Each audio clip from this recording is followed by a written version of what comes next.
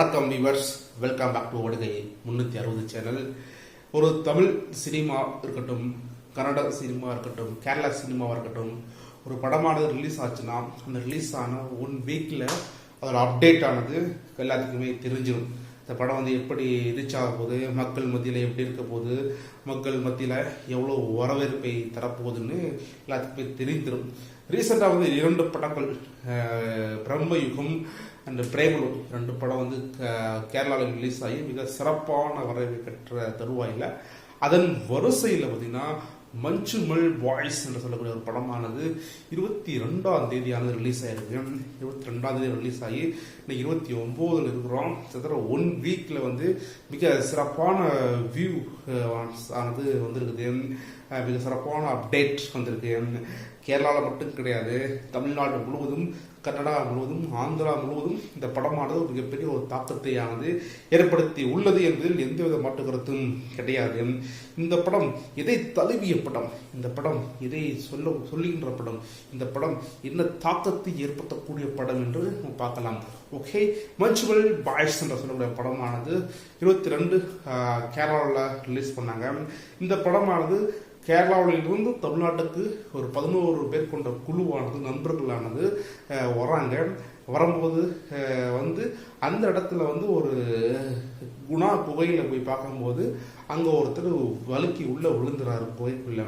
அவர் எப்படி மீட்கிறாங்க, எப்படி பாதுகாக்கிறாங்க, அதில் நடக்கக்கூடிய ஒரு பாச போராட்டம் தான் இந்த மஞ்சுமல் படத்தோட மிக உன்னதமான கதைக்களம். இது 2006 நடந்த உண்மையான சம்பவத்தை தழுவின படமாக இது பார்க்கப்படுகின்றது. யாஸ் 2006 கேரளாவிலேருந்து வந்த ஒரு ட்ரிப்பு, அங்கே ஒரு பையன் கீழே விழுந்துட்டான். அதை எப்படி ரெஸ்கியூ பண்ணுறாங்களோ அதை பேஸ் பண்ணி இந்த படமானது எடுக்கப்பட்டு உள்ளது என்று கதைக்களம் நடந்து கொண்டிருக்கின்றது. இந்த படத்தோட டைரக்டர் சிதம்பரம் என்ன சொல்கிறார் பார்த்தீங்கன்னா, இந்த படத்தோட ஹைலைட்டே பார்த்தீங்கன்னா கமலஹாசன் பாடிய, இளையராஜா இசையமைத்த அந்த ஒரு பாடல், அந்த கிக் பாடல் சொல்லக்கூடிய அந்த ஒரு பாடல் அன்போடு காதலன் நான் எழுதும் கடிதம். அந்த பாடல் மிக சிறப்பான ஒரு வரவேற்பை பெற்றது. அது டைட்டில் ஸ்டாங்கே போட்டிருக்காங்க, மனிதன் உணர்ந்து கொள்ள இது மனித காதல் அல்ல அப்படின்ற மாதிரி டைட்டில் சாங் அந்த ஃபர்ஸ்ட் இளையராஜா பிஜியத்தோட அந்த பாட்டு வருகிறது. கண்ணோடு அப்படின்னு சொல்லி ஆரம்பிக்கிறாங்க.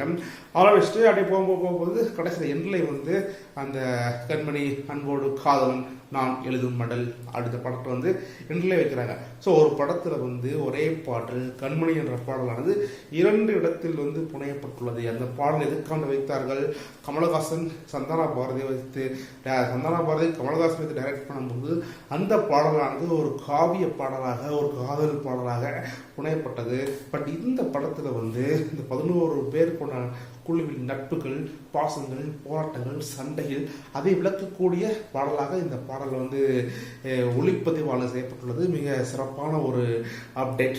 ஓகே, 2006 எப்படி நடந்துச்சு இந்த கதையானது மூவ் ஆகுது. 2006 நடந்த கதையை 2024 எடுக்கிறோம். ஸோ அந்த மென்டாலிட்டி, டைரக்டரோட வியூஸ், மக்களுடைய வியூஸ், அப்புறம் பார்வையாளரோட வியூஸ் எப்படி இருக்குதுன்னு பார்த்துட்டு இன்றைக்கு அதற்கு ஏற்றார்கள் டைரக்டர் சிதம்பரம் அவர்கள் இந்த மஞ்சுமல் படத்தை டைரக்ட் செஞ்சு ரிலீஸ் பண்ணியிருக்கிறாங்கள.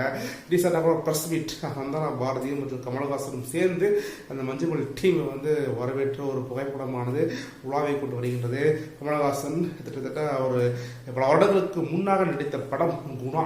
அதெல்லாம் சொல்றாரு பார்த்தீங்கன்னா கமல், இந்த படம் குணசேகரன் என்ற கதையை குணா கதாபாத்திரமான ஏற்று நிற்கின்றது. இந்த கதாபாத்திரம் எப்படிப்பட்டது?